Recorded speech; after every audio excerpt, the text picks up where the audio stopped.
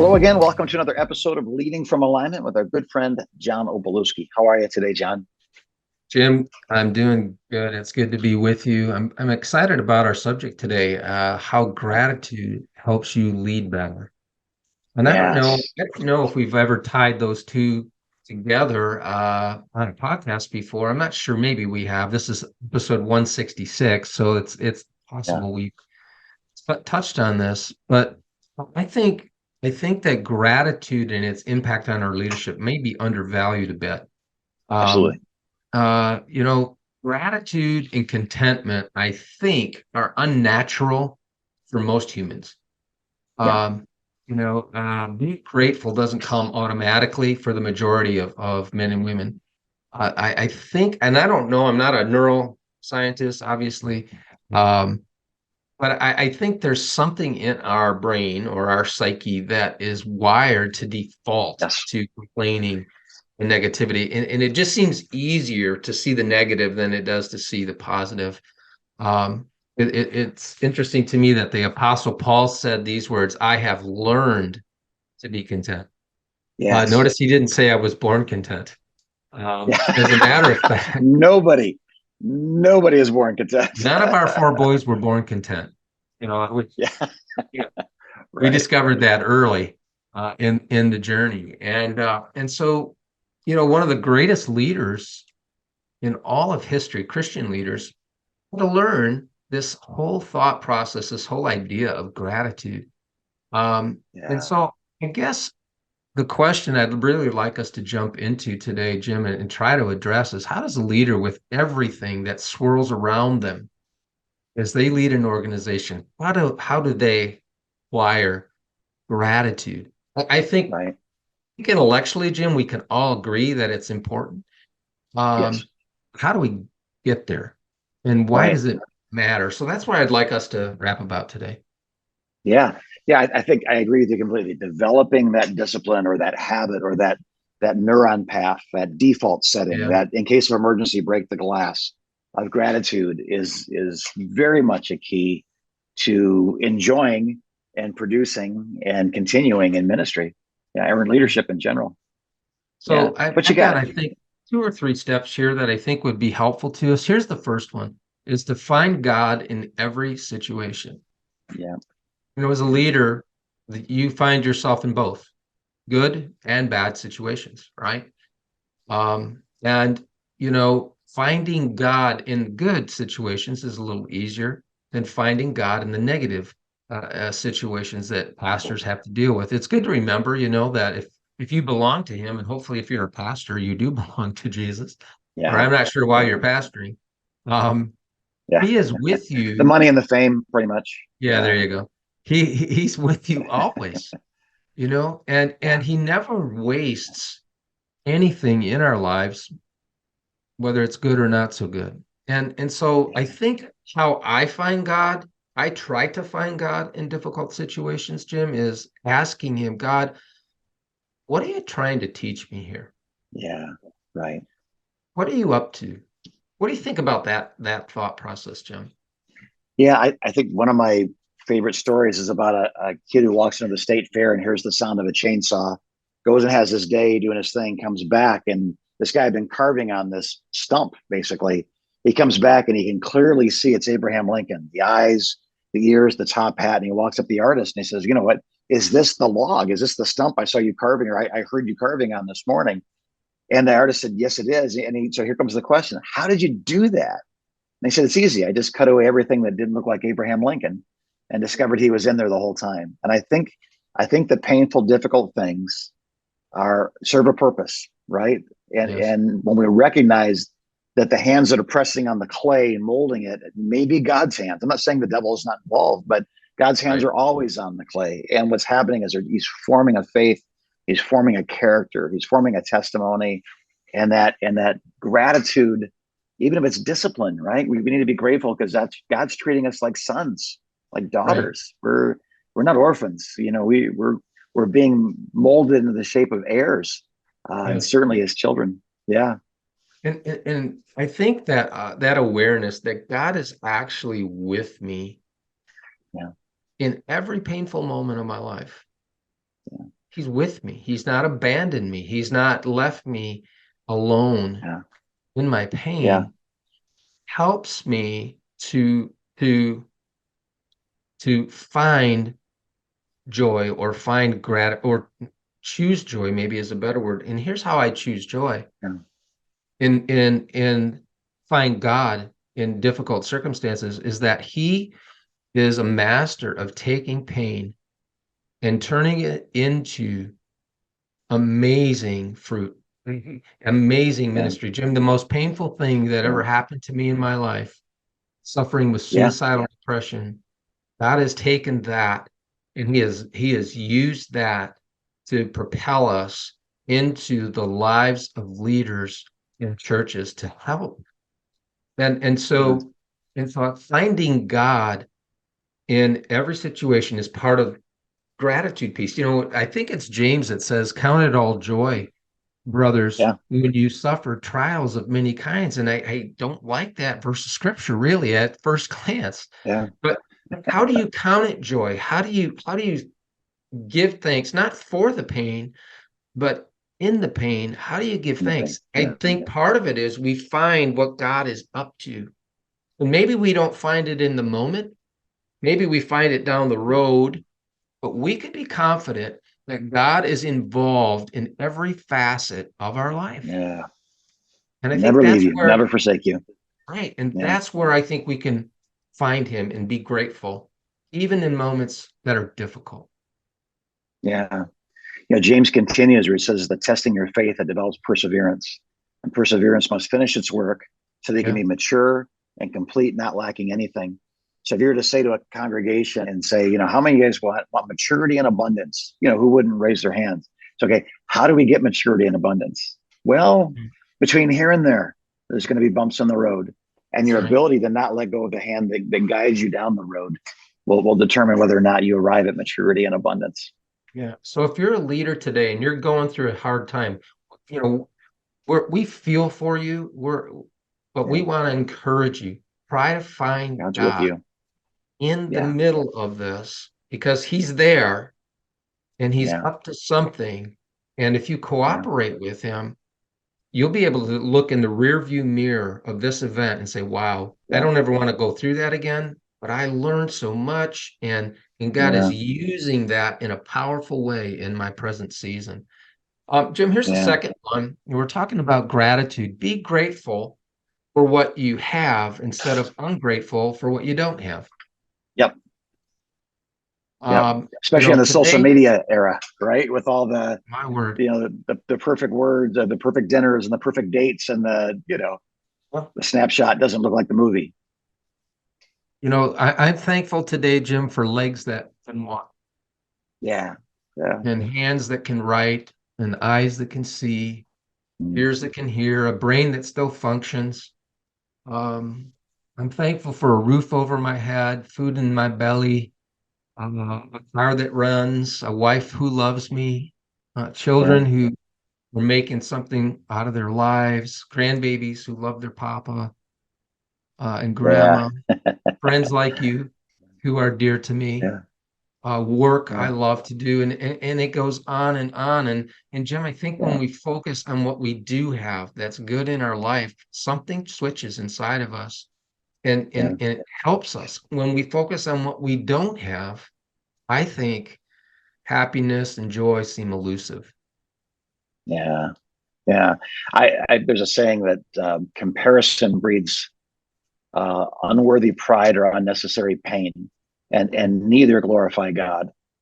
The pride and the pain, neither one glorify God when we fall into that trap of comparison.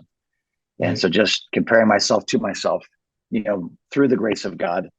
Yeah. Um, yeah, it's almost And when like I God's working all things together for our good, isn't it? Almost like somebody should write that down. That's a yeah, good word.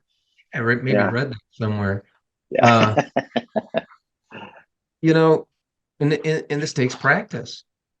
yes, yeah, It takes practice. Practicing gratefulness helps us to locate joy.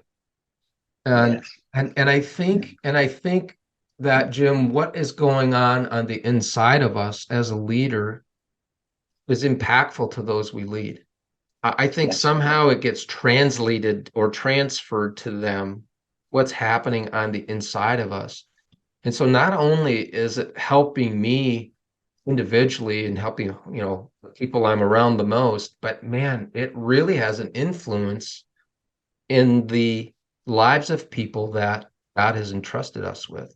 And Yeah. and so and so this isn't just for your own good. We want you to be happy and healthy and joyful and Yeah. work on gratitude, Mm. but this will have a serious positive impact on the people you lead. Yeah. And on you, right? Just to make the day, um, you know, survivable is the wrong word, but enjoyable. Go from Right. survivable days to enjoyable days by taking a moment and recalibrating, refocusing Yeah. what you're thinking about, and think of things that are true and right and noble and excellent and praiseworthy, and those things will produce gratitude, and that gratitude will become, I don't mean to rhyme, but the primary attitude of your heart Right. is that focus on Jesus and what he's done for you, not the world and what it's currently doing to you. You're just better off. You're a better you. That's right. So find God in every situation. Be Yeah. grateful for what you do have Beautiful. instead of ungrateful for what you don't have. Let me give you one more.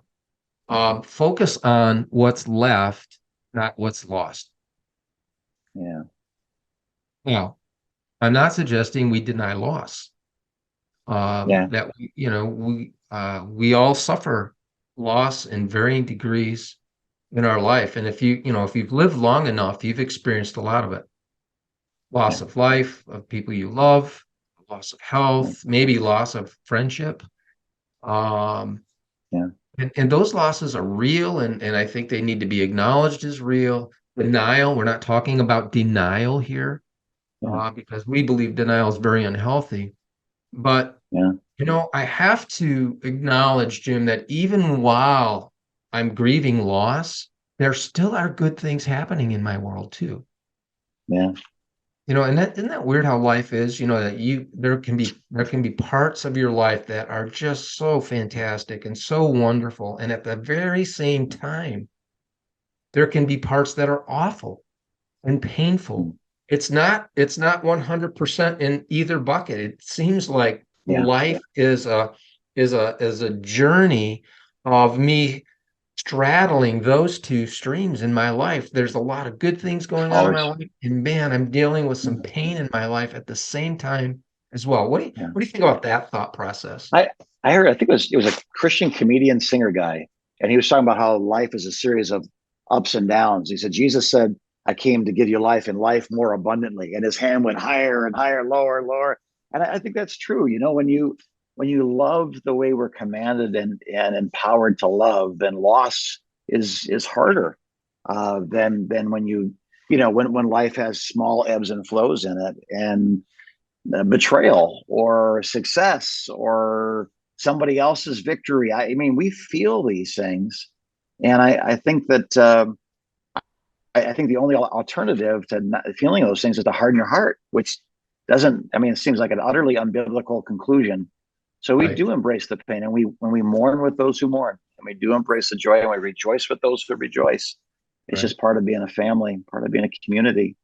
And And there's no way around it. We both live long enough, right, to say, well, just do this and you won't feel anything. But if you don't feel something, something's really wrong. You're on the right. verge of feeling something terrible and not being able to find your way out. So you've Yeah. you've got to take the time to digest the realities of life and do it with gratitude, seeing God in the midst of it. Those are huge keys. And you might be listening or watching and you've made it this far into the podcast.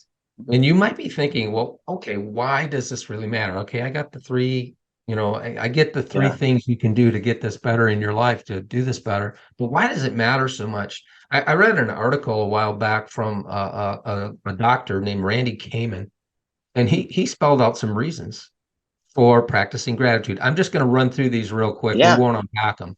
One, improved physical, emotional, and social well-being, Yes. greater optimism and happiness, Yeah. improved feelings of connection in times of loss or crises, increased self-esteem, heightened energy levels, strengthened heart, immune system, and decreased blood pressure. Yeah. Improved emotional intelligence. I love this next one. Expanded capacity for forgiveness. Yeah. Man, that's powerful. Yeah. Decreased stress, anxiety, depression, and headaches. Improved self-care. Greater likelihood to exercise. If you're having a hard time getting off the couch to exercise, gratefulness will Yeah. help you. Um, Yeah. and heightened spirituality. And so Yeah. there is this amazing power within gratitude.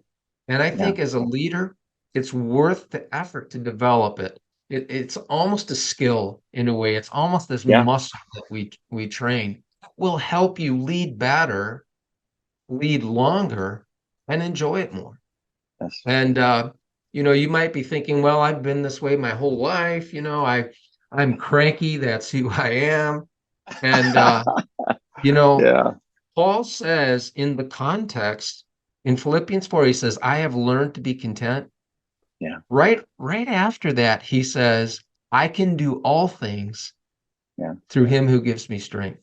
And those words were written in the context of learning how to be grateful and Yeah. learning how to be content. So I think, Jim, if we bring the effort, God will supply the strength to grow in what I believe is one of the most important character qualities of Yeah. humankind, but specifically for leaders. Yeah. So, Jim, those are my thoughts today on this Right on. subject. John, I applaud. It's kind of an abbreviated episode, but with the holidays and the week and this all fitting together, Yeah. I just think it's a good reminder as we head to dinner, as we hang out with family, as the demands of the ministry, as Yeah. just if there's one thing that could be added to our tackle box to catch more fish, and enjoy fishing, it's going to be this gratitude unlocks. It gets past the pain, it gets past the pressure. It literally, I heard somebody say if there's a pill for gratitude, we'd all take it. And there is a pill. It's called the gospel. It's it's for the joy set before us, man. Let's do what we're called to do. So God bless you. Again, we're talking about a new habit, especially like you said, we've been cranky our whole lives. Accountability is going to be huge in this. Tell us a little bit about what you would do. Someone calls us, John, I'm not an optimist. I never have been. I see the faults in everything. Can you help me? How would they begin that conversation with you? Yeah, I think, it would be a conversation with me. It could be a conversation, probably would be a conversation with one of our teammates as well. Yeah. Um, and we would really, I think we get uber practical with this kind of stuff. Yeah. We're not going to spend a lot of time unpacking theology with you, although we don't Yeah. mind doing that. Sure. It's the Um, basis of what uh, we're doing. Yeah. But it's not. right. Yeah. But it will be ultimately practical for you. So we're going to help you, and we're not going to do all the work for you. Can I just say that, Jim? Yeah. We expect our clients to work at getting Yes. well, getting better. We're not going to do all. If we're working harder than our clients are, something's wrong. Um, Yes. and Yes. but we want to collaborate with you to help you develop this part of your life because we believe we wouldn't bring it to the podcast if we didn't believe that it was a powerful tool in making your life better and the Yeah. lives of those It's around you great. better. So Great. please reach out to us at convergecoach.com. One of our team members will spend 30 minutes with you Yeah. and we'll maybe 30 minutes is enough and you'll be on a good path and maybe you'll want to spend a little bit more time with us and we can talk about what that looks like. Right on. Great. Thanks, John. God bless you, our dear listeners and watchers. Man, be grateful for everything God has put in your life today, even if it's a chainsaw chipping off the parts that don't look like Jesus. It's a good thing. God is good and he's doing good things in your life. It's Tuesday. You haven't quit. God bless you. Keep going. You are a winner and we are praying for you and we're here for you as you continue to lead from the line.